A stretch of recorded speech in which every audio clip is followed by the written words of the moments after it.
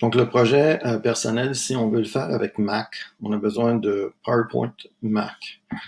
Alors là, ici, si on ouvre le Launchpad ici, donc tu devrais avoir une série de logiciels. Si tu as installé Office 365 sur ton ordinateur Mac, tu devrais avoir PowerPoint.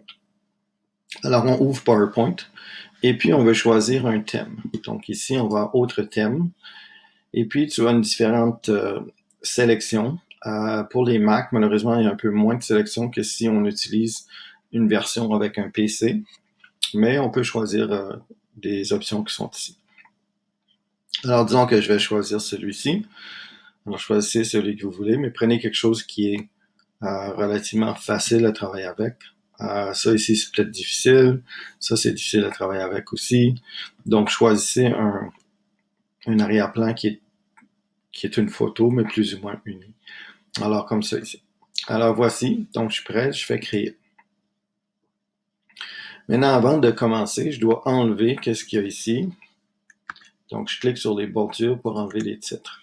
Une autre chose qu'on veut faire, c'est qu'on veut se préparer. Alors, on va aller dans Finder et on va créer un dossier dans lequel on va faire, comme ici, moi, j'ai créé JLR PowerPoint. Donc, j'ai créé un dossier avec mes initiales, projet PowerPoint.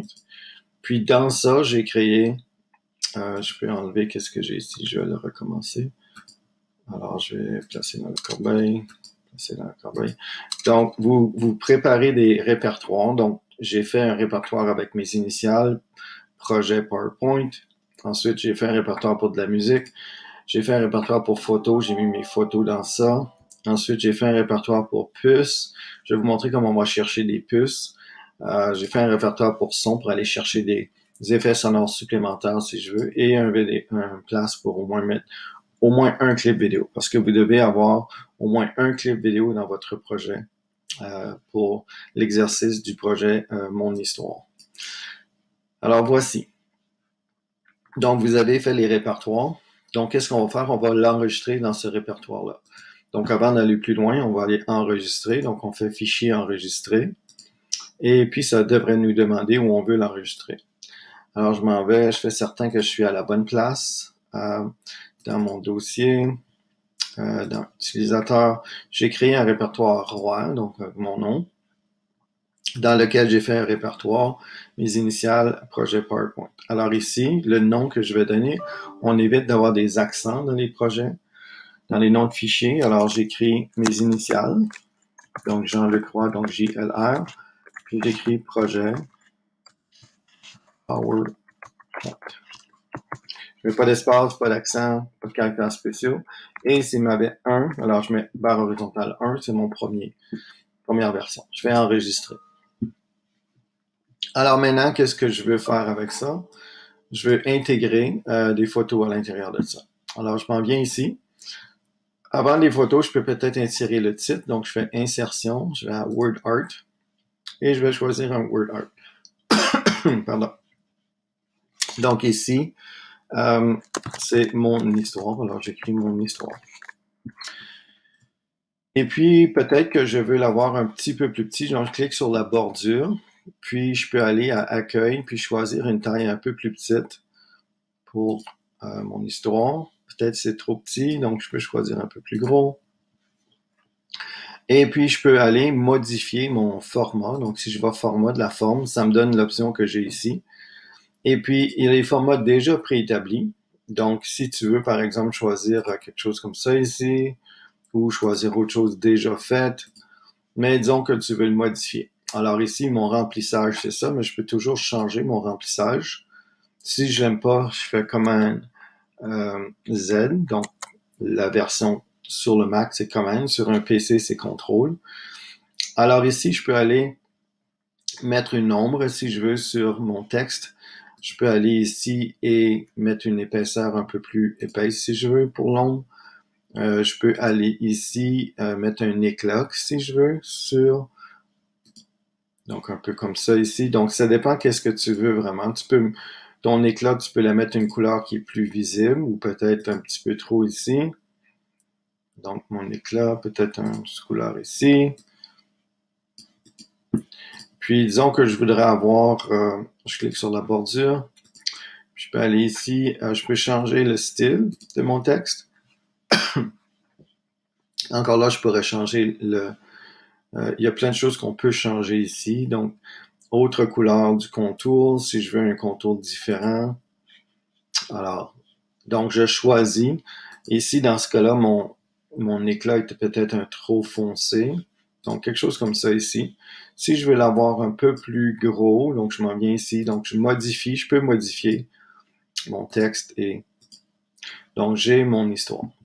Une fois que tu as fini de faire ton titre, tu vas intégrer une première photo. Alors, tu vas insertion, tu veux à image, et ici, dans image, je vais aller à partir des images à partir d'un fichier parce que j'ai déjà créé un répertoire ici qui s'appelait JLR Projet PowerPoint. Dans ça, j'avais des répertoires avec musique, photo, puce, son et vidéo.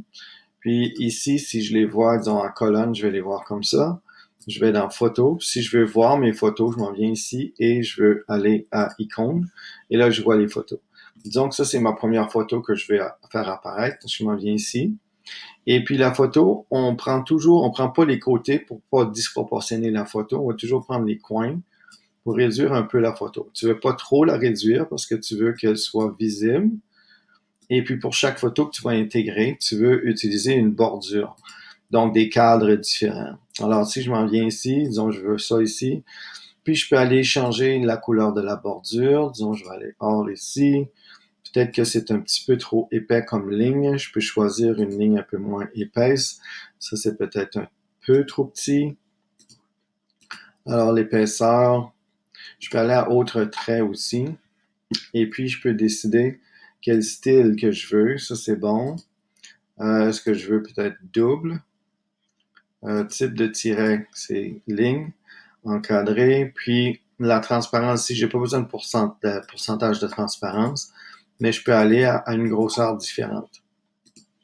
Donc, tu peux choisir un peu comment tu vas mettre. Ici, je pense que je vais mettre un petit peu plus gros. Alors ici, 4 points, je peux aller peut-être à 6 points. Puis là, j'ai un beau petit cadre à l'intérieur. Alors, j'ai mon cadre ici. Et je peux ajouter des effets aussi. Si je voulais une ombre différente, disons, sur la photo, je pourrais avoir une ombre différente. Et puis, je pourrais avoir un éclat aussi, si je voulais, comme ça ici. Donc, je peux modifier les choses comme que je veux.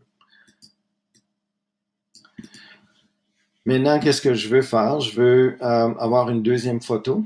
Alors, je m'en viens insertion, image à partir du fichier. Puis, je vais aller chercher une deuxième photo. Puis, je peux la réduire à partir des coins. Et puis ensuite, aller choisir un autre style. Disons peut-être que je veux quelque chose comme ça ici. Peut-être que la bordure est un petit peu trop grande. Alors l'épaisseur de la bordure, je peux la modifier un peu.